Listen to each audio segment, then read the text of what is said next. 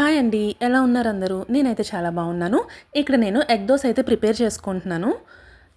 కొత్తగా ఎవరైనా మన ఛానల్ చూసేవాళ్ళు ఉంటే ఒక లైక్ చేసి మన ఛానల్ని సబ్స్క్రైబ్ చేసుకోండి. మీ సపోర్ట్ నాకు చాలా అవసరమండి.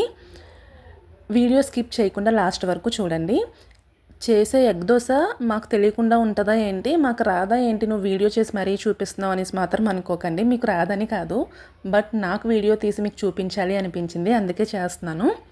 నార్మల్గా మనం పిండి రుబ్బుకుంటాం కదా దోశలకని, అలా పిండి రుబ్బుకున్నప్పుడు దోశల పిండి ఇప్పుడు మార్నింగ్ రుబ్బుకున్నాము అనుకోండి, నైట్ అంటే 1 డే మొత్తం బాగా నానాలి అంటారు కదా. సో అలా కాకుండా అప్పటికప్పుడే మనం దోశ వేసుకోవాలి అంటే పిండి రుబ్బుకున్న వెంటనే దోశ వేసుకోవాలి అనేసి అనుకుంటాం కదా కొంతమంది. అలా కూడా వేసుకోవాలి అనుకున్నప్పుడు పప్పు మిక్సీ పట్టినప్పుడు ఆ పప్పులోని ఒక 2 గుప్పెళ్ళు ఉడికిన అన్నం కానీ నానబెట్టిన అటుకుల్ని కానీ యాడ్ చేసి మిక్సీ పట్టుకుంటే దోశలు వెంటనే కూడా వేసుకోవచ్చు. చాలా మెత్తగా ఉంటాయండి. ఒక్కసారి ట్రై చేసి చూడండి. నేనైతే అలాగే చేస్తాను. ఇక్కడ నేను ఎగ్ దోశ అయితే నాకు తినాలనిపించిందండి ఆఫీస్ నుంచి ఇంటికి రాగానే. సో ఎగ్ దోశ అయితే ప్రిపేర్ చేసుకుంటున్నాను. మా పాపకైతే అడిగా అనమాట, తింటావా ఎగ్ దోశ అనేసి అంటే, నాకేం వద్దు, నేను తిన్ను, నువ్వే తిను అనేసి అంది. సరే అనేసి దానికి కావాల్సిన ప్రాసెస్ నేను అట్ల పెనం స్టవ్ మీద పెట్టుకొని దోశ అయితే వేసేసుకున్నాను.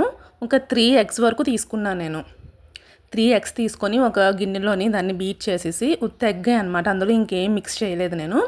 ఆ దోశ మీద ఎగ్ వేసేసి బాగా స్ప్రెడ్ చేసేసుకున్నాను. స్ప్రెడ్ చేసుకొని సన్నగా తరుక్కున్న ఉల్లిపాయ ముక్కలు, పచ్చిమిర్చి, అంటే పిల్లలకి అనుకోండి పచ్చిమిర్చి యాడ్ చేయొద్దు, మనకే కాబట్టి పచ్చిమిర్చి కానీ, క్యారెట్ తురుము కానీ, కొత్తిమీర ఇంకేదైనా ఉంటే అన్నీ యాడ్ చేసుకోవచ్చు. చాలా బాగుంటుంది ఇలా ట్రై చేస్తే, ఒకసారి ట్రై చేయండి. ఉల్లిపాయ పచ్చిమిర్చి కూడా వేసేసి కొంచెం లైట్గా సాల్ట్, కొంచెం కారం కూడా వేసుకున్నాను అనమాట. జీలకర్ర కొన్ని వేసుకొని మొత్తం స్ప్రెడ్ అయితే చేసేసుకున్నాను. అటు ఇటు తిప్పే ప్రాసెస్లోని ఏంటంటే అది మనం మూత పెట్టుకొని కుక్ చేసుకుంటే ఎగ్ కూడా పర్ఫెక్ట్గా కుక్ అవుతుంది. ఇంకా ఆనియన్స్ కూడా బాగా ఉడుకుతాయి అనమాట. స్లోగా టర్న్ చేసుకోండి. అది టర్న్ చేసినప్పుడు మనం మొహం మీద కూడా తుల్లే ఛాన్సెస్ ఉంటాయి. సో చూసుకుంటూ టర్న్ చేసుకోవాలన్నమాట.